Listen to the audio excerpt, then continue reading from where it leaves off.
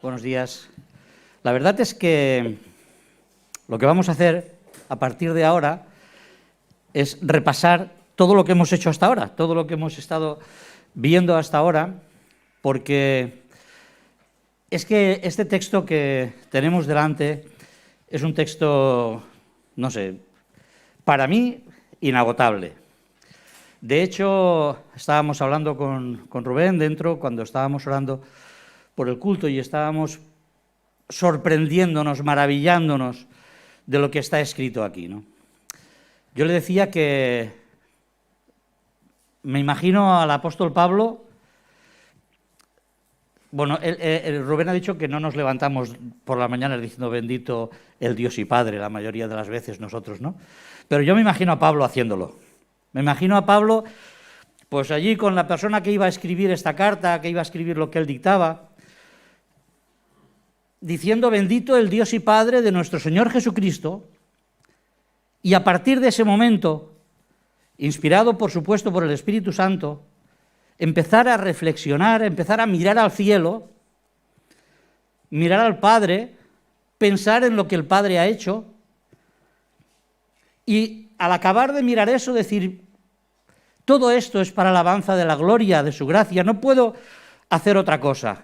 Pero su mente sigue abierta delante de Dios y piensa en el Hijo y piensa en el Espíritu Santo y se da cuenta de todo lo que esto encierra, y va abundando, va creciendo, va sumergiéndose en el pensamiento que le lleva a mirar a Dios y a reconocerle.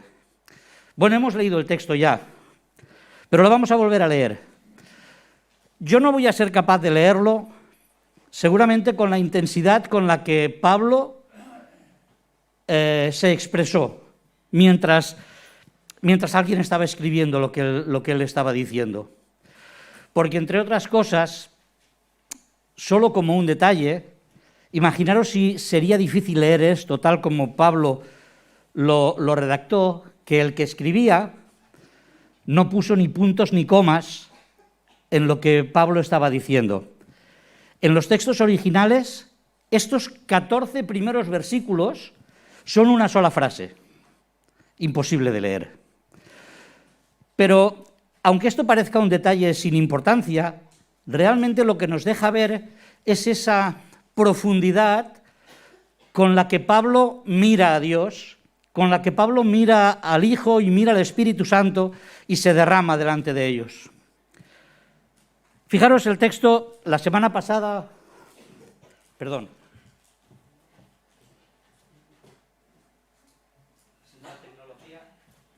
Sin la tecnología no se pueden pasar las páginas. Se iba a hacer así, pero no lo habría conseguido. Ahí os he puesto el texto. He puesto un poquito más clarito lo que ya vimos la semana pasada, así que yo os propongo leer a partir del versículo 3.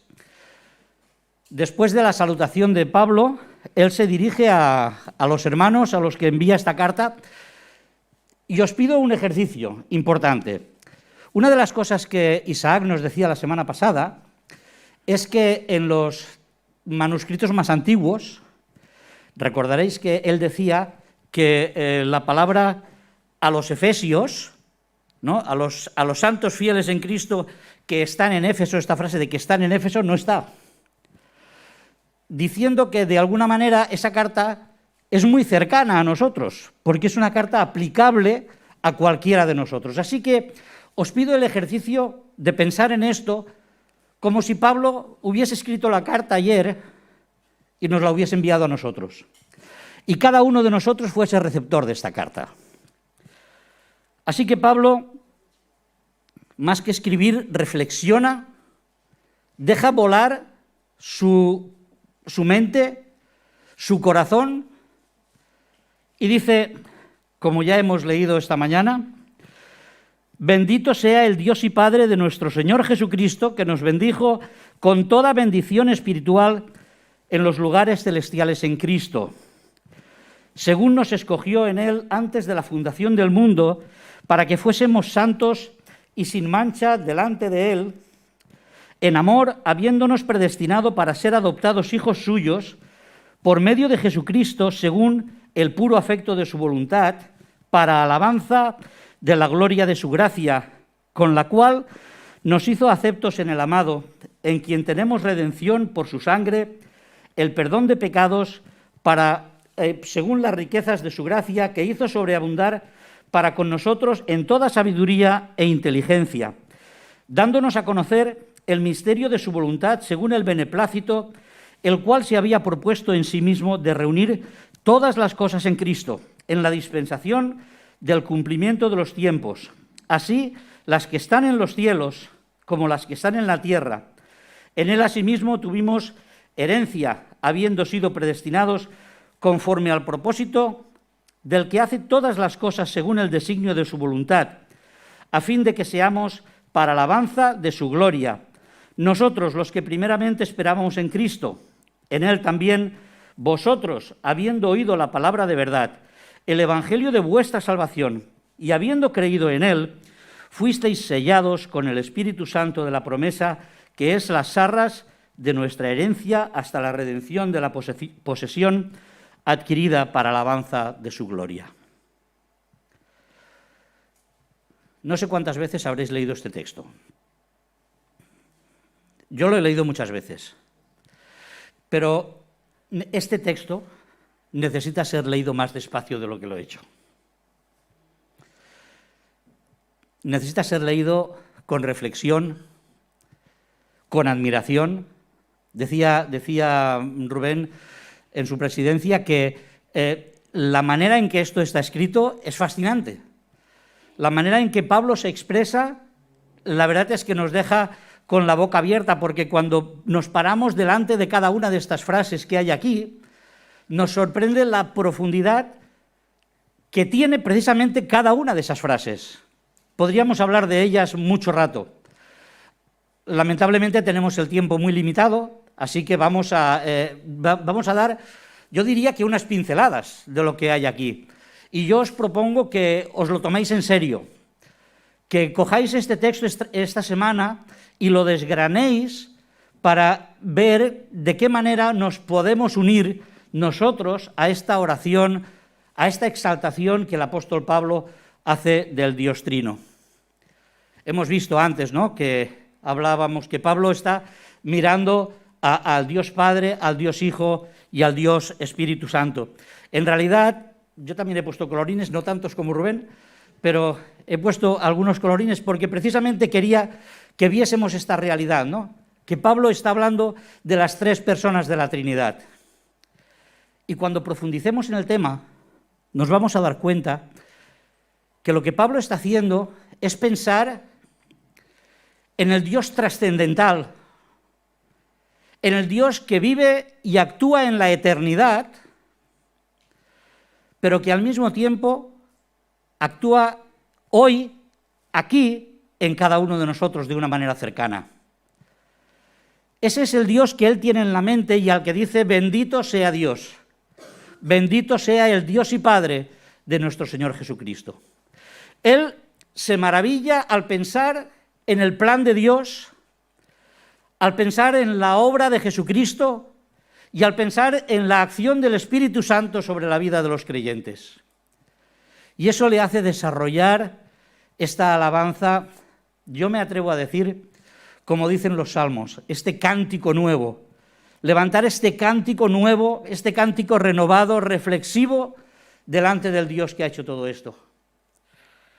Decía Rubén hace 2 o 3 semanas, cuando hablaba el comentario que le ha hecho también, ¿no?, de cómo es el culto al Señor, cómo debería ser el culto de adoración, decía que realmente para adorar a Dios es necesario conocerle y aceptar todos sus atributos. Y añadía, nos gusten o no, los entendamos o no. Y esto es una de las realidades que nos vamos a encontrar aquí, en esta reflexión que hoy podemos hacer esta mañana. Vamos a ver durante las próximas semanas estos 3 primeros capítulos, que me remito también a lo que decía Isaac la semana pasada, lo que hacen es hacernos reflexionar sobre lo que Dios ha hecho por nosotros, lo que Dios ha hecho para que nosotros hoy, aquí, podamos agradecer su salvación. Luego los capítulos siguientes nos van a hablar de cómo aplicamos eso a la vida, cómo vivimos de la manera que el Señor quiere que lo hagamos.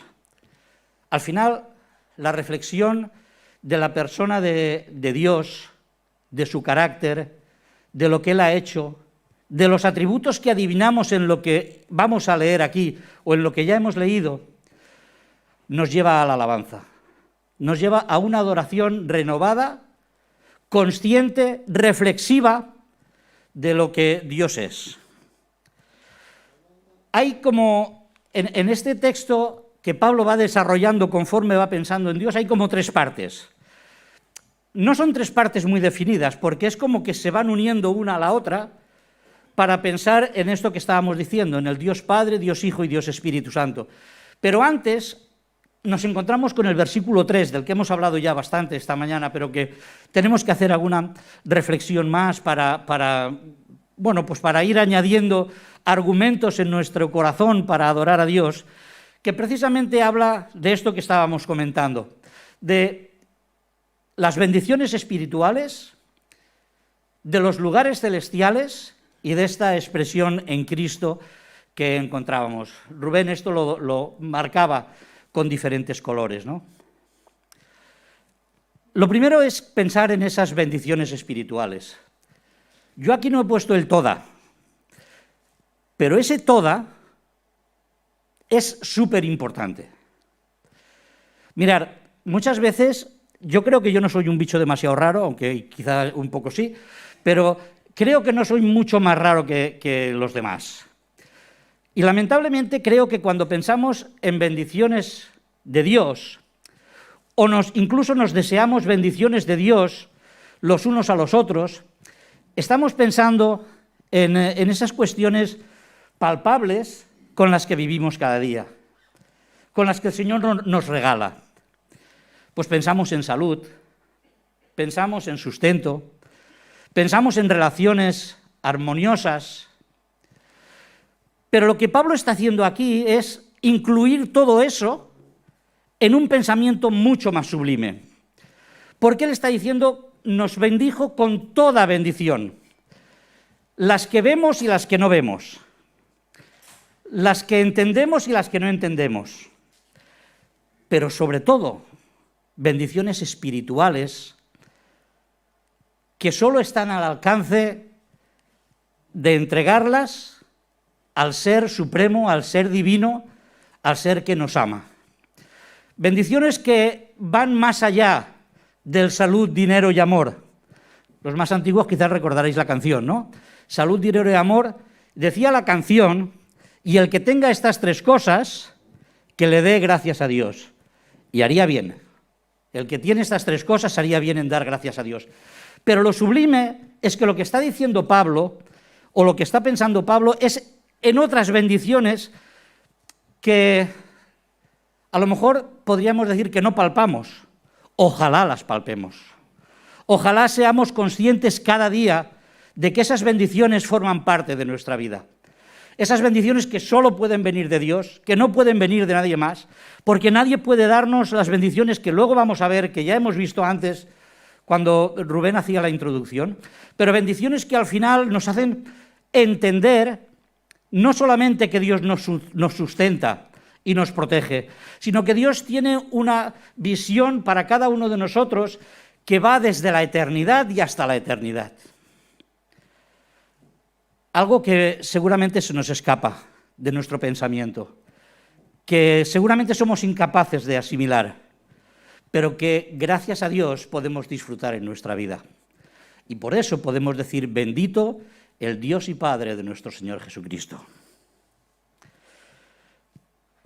Toda bendición espiritual, todas, pero además bendiciones que vienen de los lugares celestiales.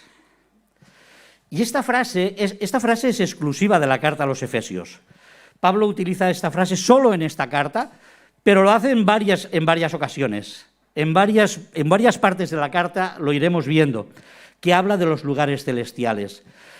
Porque el origen de las bendiciones que el Señor nos regala, el que nos bendijo con toda bendición espiritual, todas esas bendiciones tienen su origen en el lugar más sublime que nosotros podamos imaginar, que es el trono de Dios. Del mismo trono de Dios surgen esas bendiciones que llegan hasta nosotros. Bendiciones en los lugares celestiales, de donde vienen y a donde llevan nuestra mente. Porque eso hace que nosotros levantemos nuestra mirada al cielo para contemplar lo que está pasando en ese lugar santo. Ese lugar santo no es un lugar exclusivamente en el que hay bendición para los ángeles, sino es un lugar en el que Dios mismo está mirándonos a nosotros, está pensando en nosotros y está derramando todas esas bendiciones sobre nuestra propia vida. Pablo, escribiendo a los colosenses, les dijo en un momento determinado: poned la mira en las cosas de arriba. Y eso es lo que nos planteamos cuando reflexionamos sobre que el origen de las bendiciones que nosotros tenemos, las que el Señor nos pone delante, son bendiciones que nos hacen poner la mirada en las cosas de arriba, para que todo lo demás sea añadido, como dijo el mismo Señor Jesús, para que todo lo demás complete nuestra vida, pero poniendo la mirada en las cosas que realmente son importantes. La tercera parte de este primer versículo es en Cristo. Isaac lo explicaba la semana pasada, muy bien explicado. Rubén también ha hecho referencia, pero me gustaría que pensásemos un poquito más en este concepto. 10 veces, desde el versículo 1 hasta el versículo 14, 10 veces Pablo utiliza esta expresión.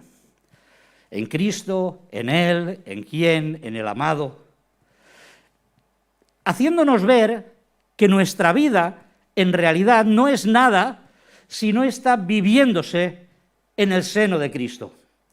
Pero es que es en Cristo en quien tenemos ese principio de poder acercarnos al Señor. Lo veremos un poquito más adelante. Pero fijaros, os he puesto ahí algunas de las características que Pablo, en otros lugares de sus escritos, nos hace entender que tienen su origen y su sentido en aquellos que estamos viviendo en Cristo, que estamos unidos a Cristo y que vivimos con Cristo. La gracia es en Cristo, el perdón es en Cristo, la justificación es en Cristo. Bueno, todo esto que os he puesto aquí, no voy a repetirlo. Pero ahí tenemos esas expresiones que nos hacen entender que fuera de Cristo no hay vida. Por lo menos vida en abundancia. Por lo menos vida que nos lleve a dar sentido a nuestra realidad con Dios. En Cristo es cuando cada uno de nosotros puede estar completo. Y Dios, Padre, tuvo muy claro desde la eternidad que en la persona de Jesucristo tenía que hacer llegar todas esas bendiciones hasta nosotros.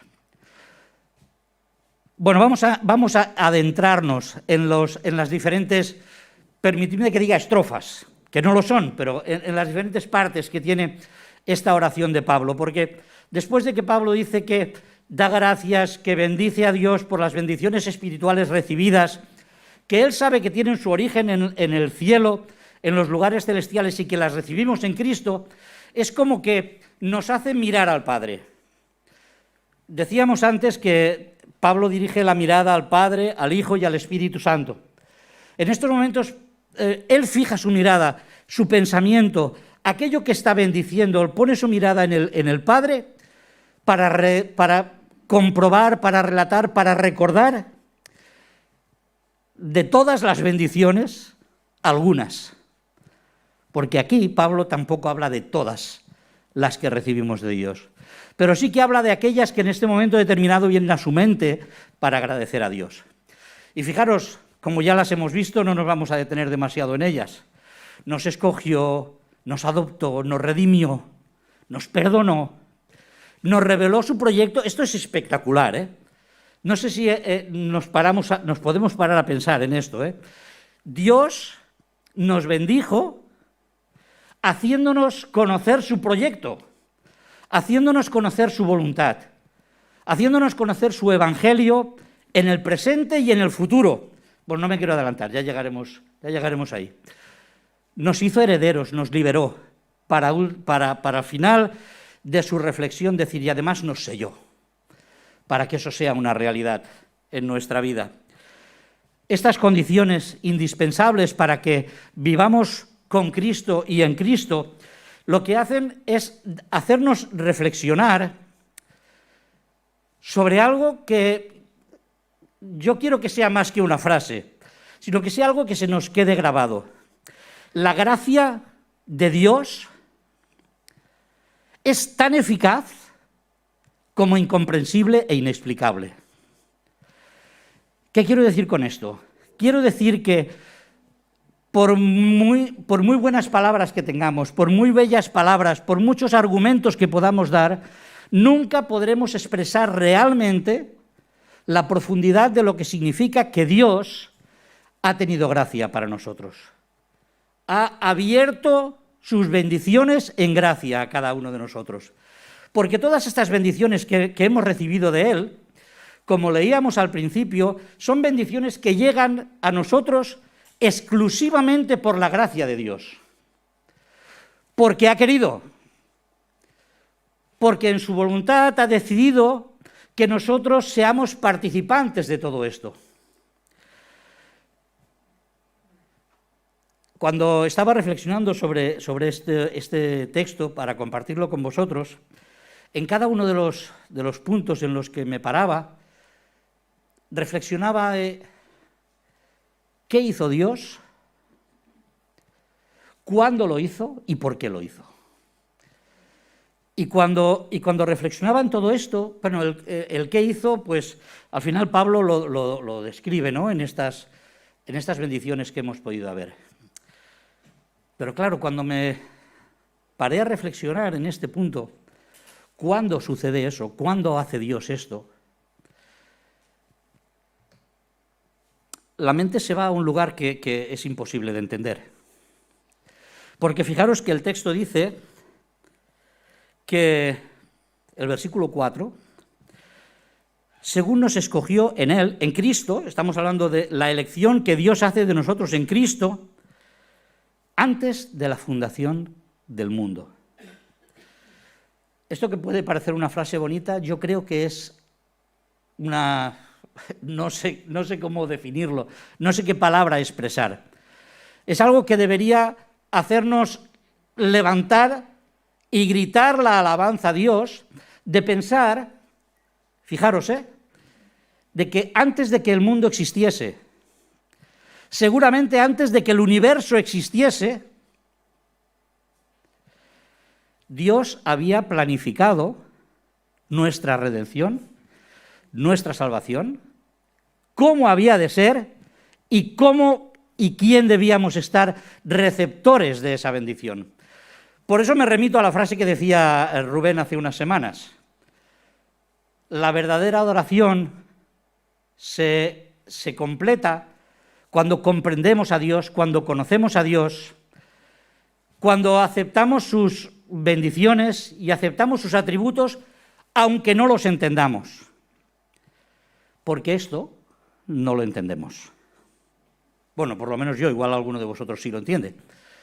Pero yo no entiendo que la gracia de Dios se manifestase desde antes de nada en beneficio de cada uno de nosotros. Y la palabra de Dios así nos lo dice en diferentes partes de su palabra. El Señor dijo, no me elegisteis vosotros a mí, sino que yo os elegí a vosotros. Y esto es algo muy claro en las personas físicas que el Señor escogió para ser sus discípulos. Pero cuando cogemos todo el paquete, todo el contexto bíblico, nos damos cuenta que realmente hay una obra de Dios que escapa a nuestro entendimiento. Y que nos encontramos que hay esa soberanía de Dios que escoge y al mismo tiempo pone sobre nosotros la responsabilidad de aceptar su llamado. Hay un texto que es muy simple, pero que a mí me ayuda mucho a reflexionar en esto, ¿no? Y es cuando Jesús va andando y se encuentra con un hombre sentado en el banco de los tributos públicos y le dice, sígueme. Escogió a aquel hombre para que siguiese, para que andase con él. Pero el texto es tan hermoso que dice, vio a un publicano llamado Leví y le dijo, sígueme. Y dice, y él, dejándolo todo, se levantó y le siguió. Y ahí tenemos esta unión de las bendiciones que recibimos de parte de Dios. La elección de Dios para llamar a Leví y la responsabilidad de Leví en responder a ese llamamiento. Y de esa no me puedo extender en cada una de las bendiciones que recibimos de Dios, porque estaríamos aquí muchísimo rato, ¿no? Pero aunque no entendamos las cosas, tenemos que agradecer a Dios que en su eternidad pensase en cada uno de nosotros. Sí que es verdad que el tiempo de Dios es un tiempo diferente. Bueno, el tiempo es algo que nos afecta a nosotros. Nosotros somos los que tenemos principio y tenemos final. Pero Dios vive en un eterno presente que hace que esa realidad de elección, de respuesta nuestra, sea algo que en su conocimiento afecta realmente a nuestra vida.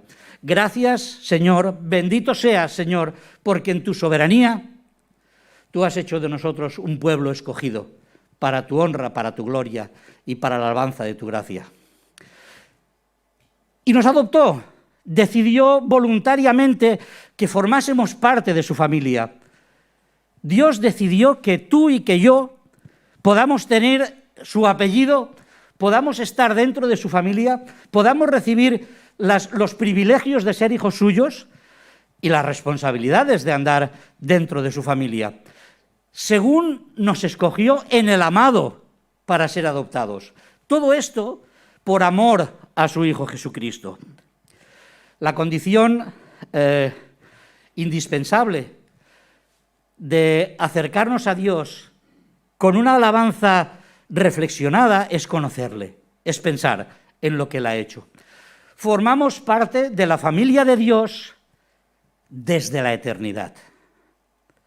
Desde la eternidad Él decidió que formásemos parte de su familia.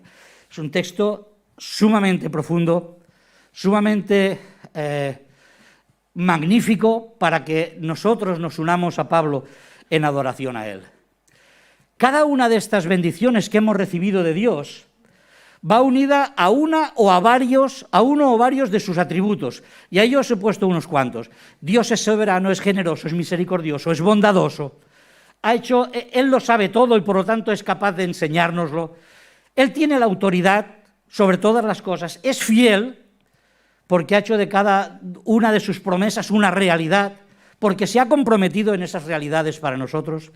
Así que, habiendo pensado en todo esto, reflexionando en estas realidades, no tenemos más remedio que con Pablo alabar la gloria de su gracia. Cuando hablamos de la gloria, aunque es un concepto que se nos escapa también, en realidad estamos pensando de aquellas cosas que hacen patente lo que es Dios, que hacen patente sus atributos, que hacen patente sus bendiciones. Y cuando miramos todo eso, ¿qué es lo que nosotros podemos vislumbrar de su grandeza? Es que decimos, alabado sea Dios, porque su gracia está por encima de nuestra vida, por encima de cualquier cosa, porque todo eso se ha realizado por su voluntad, porque Él quiso, porque su gracia sobreabunda, por su beneplácito, como dice el texto, por el designio de su voluntad. Cuando hay una... No sé cómo se dice esto técnicamente, pero hay una manera importante de acercarse a los textos bíblicos y poder entenderlos. Y es mirar aquellas cosas que dentro de un texto se repiten. Cuando en la palabra de Dios hay cosas que se repiten en un mismo texto, quiere decir que hay ahí un tema importante que tenemos que reflexionar. Si os dais cuenta, en este texto que hoy estamos reflexionando, hay muchísimas cosas que se repiten. Se repite lo de la alabanza de la gloria, se repite el motivo por el que Dios hizo las cosas, se repite que todo eso es en Cristo, se repite que tenemos bendiciones. Así que es un texto súper importante para que cada uno de nosotros se profundice en la grandeza de Dios para cada uno de nosotros. Así que alabar su gracia, alabar su gloria, es lo mínimo que podemos hacer como hijos de Dios. Cuando ya hemos visto a ese Dios sublime, grande, nos hemos sumergido para poder comprenderle y para poder bueno, comprenderle en la medida que lo podemos hacer, evidentemente, y elevamos nuestra alabanza, Pablo nos introduce en el amado. El texto que hemos leído, versículo 6, para alabanza de la gloria de su gracia, con la cual nos hizo aceptos en el amado. Y a partir de aquí nos empieza a hablar del Hijo. Empieza a hacer que pongamos nuestra mirada en el Hijo y podamos empezar a reflexionar sobre lo que Dios nos ha dado, las bendiciones que Dios ha puesto a nuestro alcance a través del Hijo. Y ahí encontramos pues las que hemos visto, ¿no? Redención, perdón, todas estas cosas que encontramos, conocimiento en la palabra de Dios, todo lo que el Señor ha puesto a nuestro alcance. Hablábamos de redención y Rubén explicaba un poquito qué significa esto. A nosotros es una palabra que nos queda lejos, no hablamos de redención habitualmente, pero los que recibían esta carta originalmente entendían muy bien lo que Pablo estaba diciendo. La ciudad, bueno, el imperio de Roma se sostenía económicamente por la esclavitud. Se sostenía económicamente porque habían muchísimos esclavos. Y las personas llegaban a ser esclavos por 3 motivos básicos. Uno, porque nacieron esclavos. Los niños que nacían de esclavos eran esclavos. Un segundo motivo era pues porque el imperio había llegado a un lugar determinado y había conquistado el territorio y se llevaba a la gente como esclavos. El tercer motivo básico porque la gente eran esclavos, es porque habían adquirido una deuda imposible de pagar y se tenían que ofrecer como esclavos para poder saldar esa deuda. Pues mirad, cada uno de vosotros y yo mismo somos esclavos por las 3 cosas. Porque nacimos dentro de una humanidad caída, porque fuimos conquistados por el pecado y dominó nuestro corazón, y porque adquirimos una deuda con Dios imposible de pagar. Pero la sangre de Cristo, como hemos recordado esta mañana, hace que todo eso quede saldado, quede pagado. Hemos sido liberados de esa realidad de esclavitud para poder acercarnos al Dios santo, al Dios grande, al Dios sublime y poder decir: bendito sea el Dios y Padre de nuestro Señor Jesucristo, que nos ha liberado. La obediencia del Hijo es lo que nos acerca a las bendiciones espirituales del Padre. ¿Recordáis, no? ¿Qué hizo? ¿Cuándo lo hizo? ¿Y por qué lo hizo? Pues bien, Jesucristo obedeció al plan eterno de salvación, recordad, pactado desde antes de la fundación del mundo. Cristo se ofreció voluntariamente, el Hijo se ofreció voluntariamente para ocupar el lugar que a nosotros nos correspondía, para pagar la deuda que nosotros no podíamos pagar, para liberarnos de la esclavitud en la que estábamos viviendo y al mismo tiempo satisfacer la justicia de Dios. ¿Cuándo? En la eternidad. En la eternidad se dispuso a estar en obediencia al Padre para poder hacer todo esto. Y cuando vino a este mundo lo ejecutó en obediencia, sufriendo, muchas veces planteando al Padre que no le gustaba tener que pasar aquello, pero en obediencia voluntaria, no sometido, sino en obediencia voluntaria. Nadie me quita la vida, sino que yo la pongo de mí mismo para volverla a tomar. Esa es la realidad que el Hijo realizó por cada uno de nosotros. Nos redimió y nos perdonó. Esta semana estaba reflexionando en estos versículos y un amadísimo hermano me envió un WhatsApp y me dijo: estoy leyendo los textos de los que tenemos que predicar. Dice, y no me acuerdo qué palabra utilizó, pero estaba como sobrepasado por lo que estaba leyendo en estos versículos. Y es que es verdad, es que no hay por menos que sobrepasarse. Fijaros, versículo 7. En quien tenemos redención por su sangre, el perdón de pecados, según las riquezas de su gracia. Vuelvo a repetir, no es una frase más. Habría sido muy distinto si Pablo hubiese reflexionado y hubiese escrito: por su sangre el perdón de pecados en las riquezas de su gracia, o por las riquezas de su gracia. Pero no, el Espíritu Santo le inspiró para que escribiese según las riquezas de su gracia. Porque cuando uno es supermillonario y da de lo que tiene, puede darnos una gran cantidad, pero esa gran cantidad puede ser limitada. Cuando un supermillonario da según su riqueza, entonces podemos estar seguros de que quien recibe va a recibir un gran regalo. Y fijaros, el Señor derramó su gracia según las riquezas de su gracia. Es decir, es que sobreabunda, lo dice el texto, ¿no? Lo dice el texto cuando continúa, dice, fijaros, versículo 8, que hizo sobreabundar para con nosotros en toda sabiduría e inteligencia. Y este hermano que me hablaba esta semana me decía: pero es que tengo una versión, una traducción de la Biblia delante, que dice que la riqueza de la gracia de Dios se ha desbordado en nosotros. Y esta manera de expresarlo, esta palabra desbordado, esta palabra pensar en algo que desborda, posiblemente expresando lo mismo que expresa la otra palabra, es muchísimo más gráfica. Es como cuando David escribe el Salmo 23 y dice: mi copa está rebosando. Sobresale. Y cuando algo sobresale quiere decir que es más que suficiente. Cuando nosotros llenamos un vaso y sobresale es que hemos echado más de lo que cabía allí.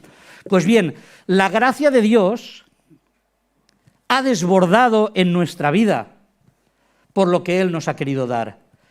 Y ahora, imaginaros, ¿qué pecado no puede ser perdonado cuando la gracia de Dios se ha desbordado sobre nuestra vida? Rubén lo decía, es verdad, el perdón de los pecados es una realidad.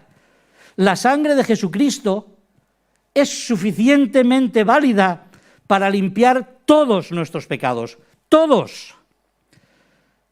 Y la bendición de Dios es que Él hizo desbordar su gracia en nuestra vida para redimirnos y perdonarnos.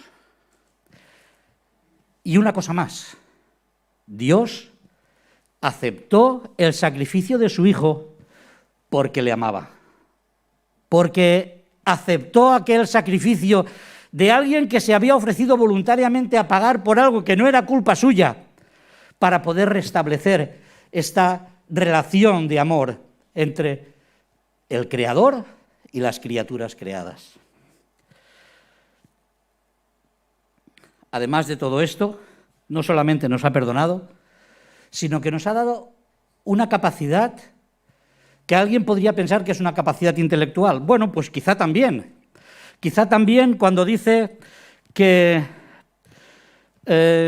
versículo 9, dándonos a conocer, versículo 8, que dice que hizo sobreabundar para con nosotros en toda sabiduría e inteligencia. Es decir, Dios nos ha preparado para que, amparándonos en su palabra, dejándonos guiar por su palabra, por sus enseñanzas, seamos capaces de afrontar las cuestiones de la vida de una manera correcta. Eso es verdad. Pero el concepto que se esconde detrás de esta expresión de Pablo es que no solamente nos ha hecho conocer las cosas de la vida, sino que nos ha permitido conocer los proyectos y la voluntad de Dios. Esto es lo que decíamos antes, cuando hablábamos de las bendiciones de Dios. Pararos a pensar esto. Pensaros qué privilegio tenemos como seres humanos, como criaturas humanas, como personas que nos hemos alejado de Dios por nuestro pecado. Imaginaros qué privilegio tenemos de que Dios haya querido explicarnos cuál es su proyecto, cuál es el Evangelio, qué es lo que Él tiene preparado. Y lo que Él tiene preparado es que todas las cosas recuperen, no sé si la expresión es correcta, pero que recuperen el diseño original de Dios, aquel diseño que Él planeó de una manera perfecta en la creación para que hombres, mujeres, pudiésemos tener una relación perfecta con Él, una relación estrecha con Él, una relación que nos pudiese bendecir de una manera clarísima por estar viviendo continuamente en su presencia. Pues bien, el proyecto de Dios es que en su tiempo, en el tiempo que Él marque, todo eso, todas las cosas se van a reunir en Jesucristo. Versículo 10, versículo 9, final del versículo 9. Que Él se había propuesto en sí mismo de reunir todas las cosas en Cristo, en la dispensación del cumplimiento de los tiempos. Cuando escribió a los filipenses, Pablo escribió esto de otra manera, pero seguramente dando el mismo concepto que había detrás. Él escribe a los filipenses en el capítulo 2, los versículos 10 y 11, un texto súper conocido, diciéndoles, para que en el nombre de Jesús se doble toda rodilla de los que están en los cielos y en la tierra y debajo de la tierra, y toda lengua confiese que Jesucristo es el Señor, para gloria de Dios Padre. El Señor, Dios, nos ha querido bendecir, dándonos a conocer lo que Pablo llama ese misterio, que no es que sea algo secreto, sino algo que Dios ha ido revelando a través de todos los tiempos, que al final toda rodilla se tendrá que doblar delante de Jesucristo como Señor de señores, como Rey de reyes. Y Dios, en su bondad, en su misericordia, en su beneplácito, en su amor, nos lo ha hecho saber a nosotros. Imaginaros la bendición que hemos recibido de parte de Dios. Y además hemos recibido de Él la seguridad de que somos herederos. ¿Recordáis lo que he dicho antes de las riquezas de la gloria, de la gracia de Dios? Que está fuera de nuestra capacidad, que no podemos entenderlo. Pues ahora lo que nos dice Pablo en su reflexión es que vamos a ser, mejor dicho, somos herederos de todo eso. Somos herederos de toda la riqueza de Dios que ni siquiera podemos imaginar. Bueno, yo soy incapaz de imaginármelo. Hay un himno antiguo que dice, el hallarnos allí, ¿qué será? Dice, el lugar, no sé si conocéis el himno, pero dice, el lugar lo creemos hermoso, mas hallarnos allí, ¿qué será? Claro que creemos que es hermoso el lugar al que el Señor nos va a llevar. Claro que creemos que sus riquezas van a ser superabundantes para nosotros, pero ¿qué será? Pues ese qué será es lo que el Señor ha puesto a nuestra disposición como herederos. Y participamos de la herencia prometida en la exaltación de Jesucristo. Y ya hemos visto antes que el Señor nos ha explicado que en el momento de Dios todas las cosas, todas las personas tendrán que arrodillarse delante del Señor y reconocerle como el más grande y sublime. Y en esa exaltación es que nosotros podemos disfrutar también de la herencia. ¿Cómo no vamos a alabar su gloria? Creo que este es la reflexión de todo lo que Pablo está diciendo. ¿Cómo no vamos a alabar? ¿Cómo no vamos a ser para la alabanza de su gloria, sabiendo todas estas cosas? Voy a acabar, pero nos queda una última parte de esta reflexión de Pablo. Y es que ahora Pablo, recordad, vuelve a hacer esa transición que nos lleva ahora a mirar al Espíritu Santo, que le llevó a él a mirarle y que nos lleva a nosotros a pensar en el Espíritu Santo. Fijaros, versículo 13, recogiendo lo que él había dicho en el versículo 12, que estábamos esperando en Cristo, también en él, también en Cristo, también vosotros, y aquí hay un juego interesante de palabras por parte de Pablo, no nos vamos a meter demasiado porque el tiempo apremia, pero dice que en él también vosotros, habiendo oído la palabra de verdad, el evangelio de vuestra salvación, y habiendo creído en él, fuisteis sellados con el Espíritu Santo de la promesa. ¿Qué hizo? ¿Cuándo lo hizo? ¿Y por qué lo hizo? Y nos tenemos que remontar de nuevo a la eternidad.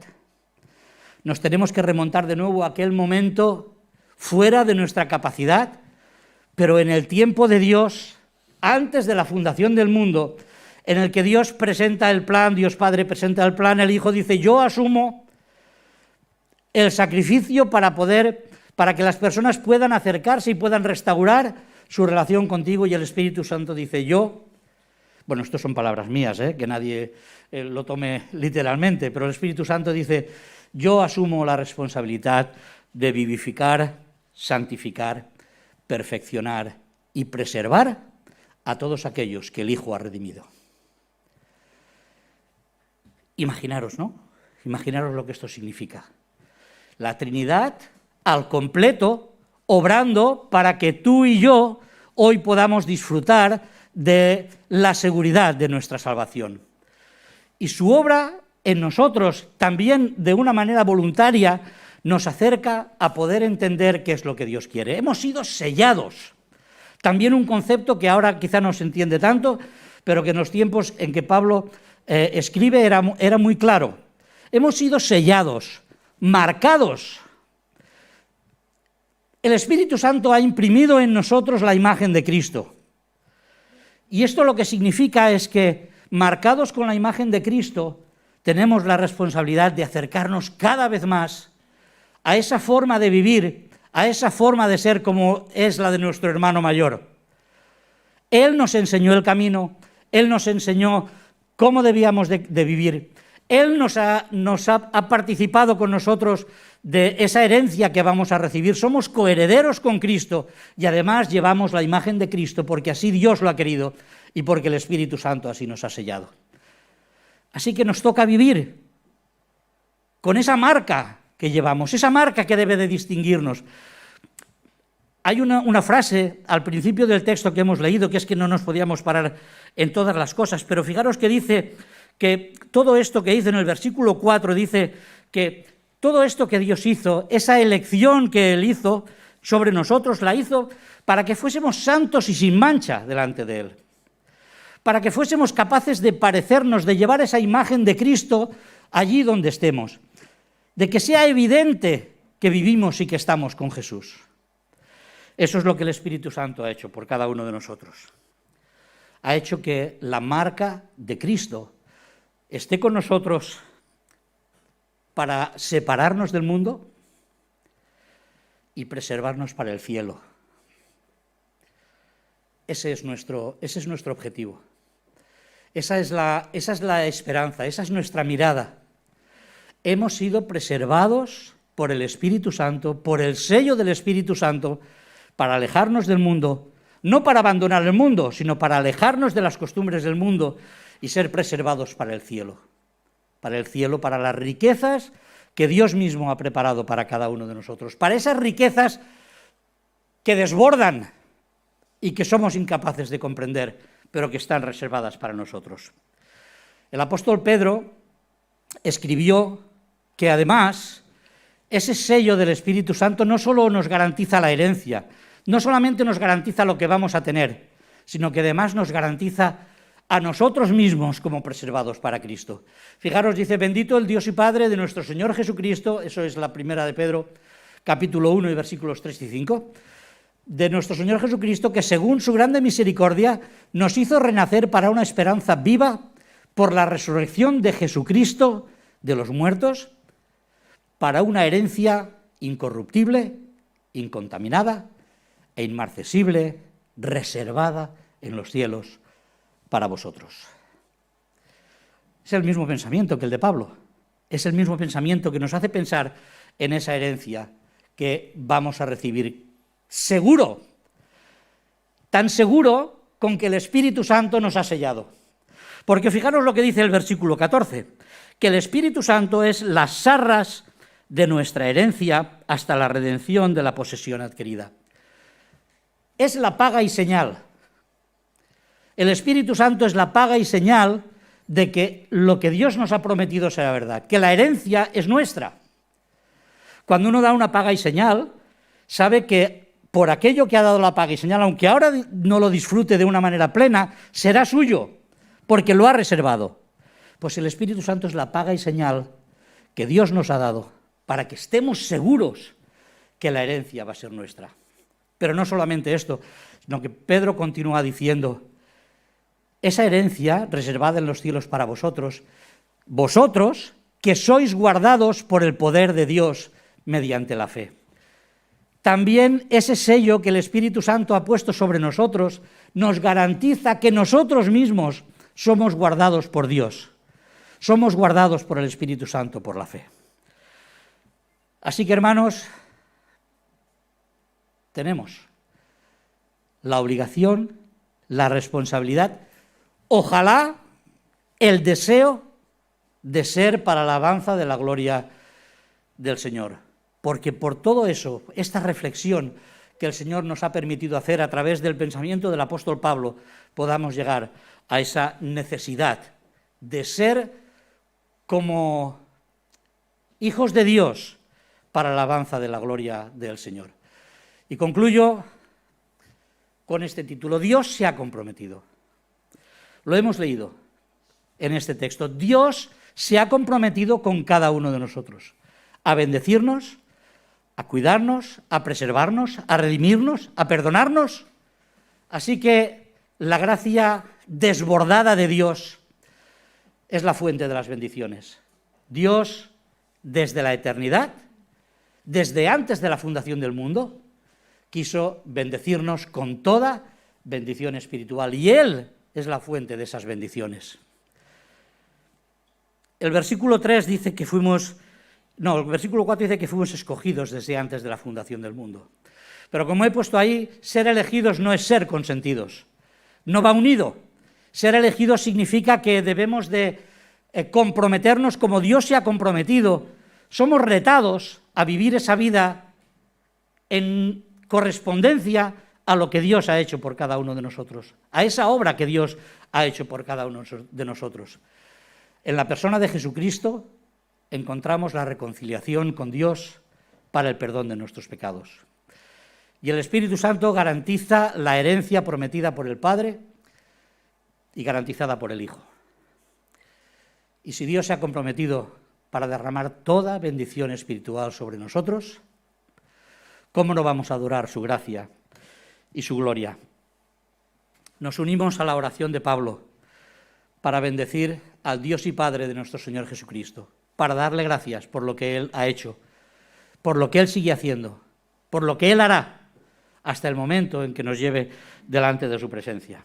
Y quiero terminar con una frase que también dijo Rubén en sus reflexiones.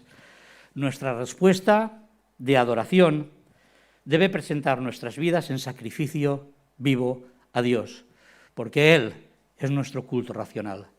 Y que Él sea nuestro culto racional significa que no lo hacemos de una manera rutinaria, que no lo hacemos de una manera automática, sino que pensamos en el Dios y Padre de nuestro Señor Jesucristo, en las bendiciones que Él ha derramado sobre nosotros, en la obra de Jesucristo que ha hecho que todas esas bendiciones lleguen hasta nosotros, y pensar en el Espíritu Santo que nos ha sellado para que estemos convencidos de que todo esto es verdad, de que tenemos la herencia, que la vamos a disfrutar cuando el Señor cumpla en su voluntad el tiempo determinado y toda rodilla se someta a Jesucristo como Señor de señores y como Rey de reyes. Que Él nos bendiga. Amén.